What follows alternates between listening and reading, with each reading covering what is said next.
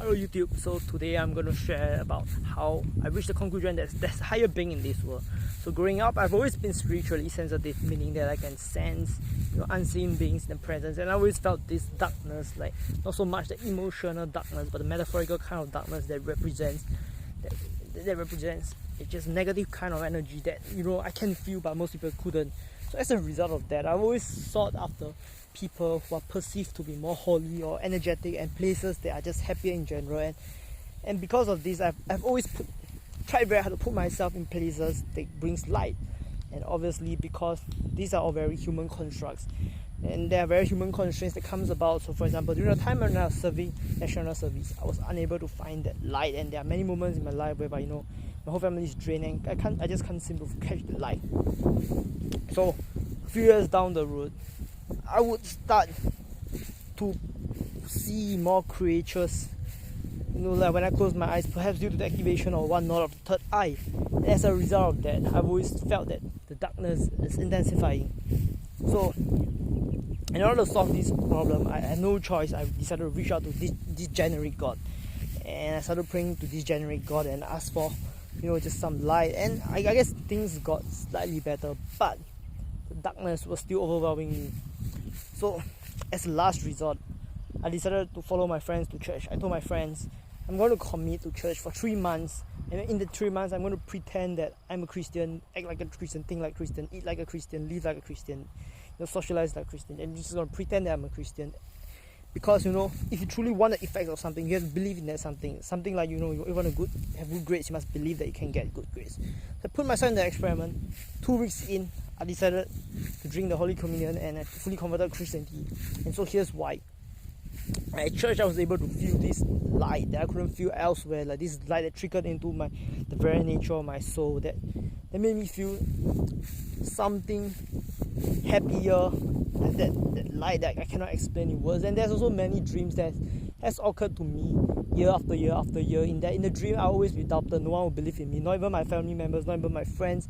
So the whole world would try to persecute me, and I was just running and running. So I thought that this was the dream was an interesting parallel to the life of Jesus, in that a lot of people doubted him, but when you believe in the name of God, you shall be resurrected again, or at least the darkness will leave you. So every time I prayed in those dreams, I'll wake up. So that's one, the dream. Second, I felt the light from God. And third, during the 3 Child Conference, basically one very big conference in Singapore, I went there and I started praying in other tongues because I didn't know that it was supposed to be hard. And at the end of the day, I think I received the baptism of the Holy Spirit. That there's this feeling in me, this weird peace, and I would say sadness or remorse, I don't know, or guilt. Just towards the end of it, I just kept crying. It's almost as though I had an argument with my father, and then my father forgives me after that. But the feeling was so intense that I just cried for 3 minutes, 2 to 3 minutes, maybe just a minute right after, and I couldn't explain why I felt sad or why I felt peace. The tears just came out of my eyes. So that's another reason.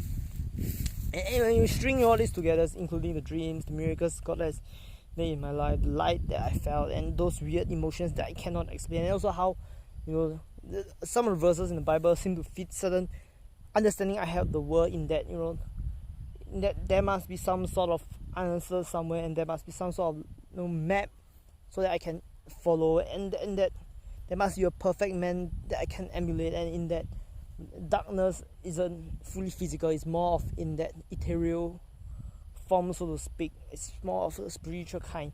Like, because I generally am spiritually sensitive, I could sense that there's things beyond what can be perceived by the 5 senses, and therefore shortly after I've experienced this light of God, I just fully believe, even though I struggled to believe for more than a decade, because since 2012 I've been to a Christian school, and I always made fun of God and said a lot of hurtful things to people who believe. But now I believe, and I don't know, man, I'm just sharing this impromptu sharing based on what thoughts comes to the top of my head, because I just thought it was an interesting experience. That, just imagine someone who is a strong atheist and goes around making fun of Christians for over a decade. What must happen to you for you to slap yourself on the face and say that, hey, I was wrong, turns out I'm the foolish and clownish one, I've experienced something better, and I was just ignorant. Like, truly, It's the work of God that allows one to surrender his pride and to surrender all his preconceived notions of the world, and to surrender, that you aren't the greatest being of the world. The world doesn't revolve around you, but that there's something greater out there that knows more about the world. Man, I don't know, man. All my thoughts are jumbled, but I hope it serves as a good story, just an interesting life anecdote. I don't know for sure if everyone in this world could experience even a fraction of whatever I've experienced, but what I truly believe is this: if you seek knowledge and you seek the truth with all your heart, the truth shall find you. Thank you for tuning into my story.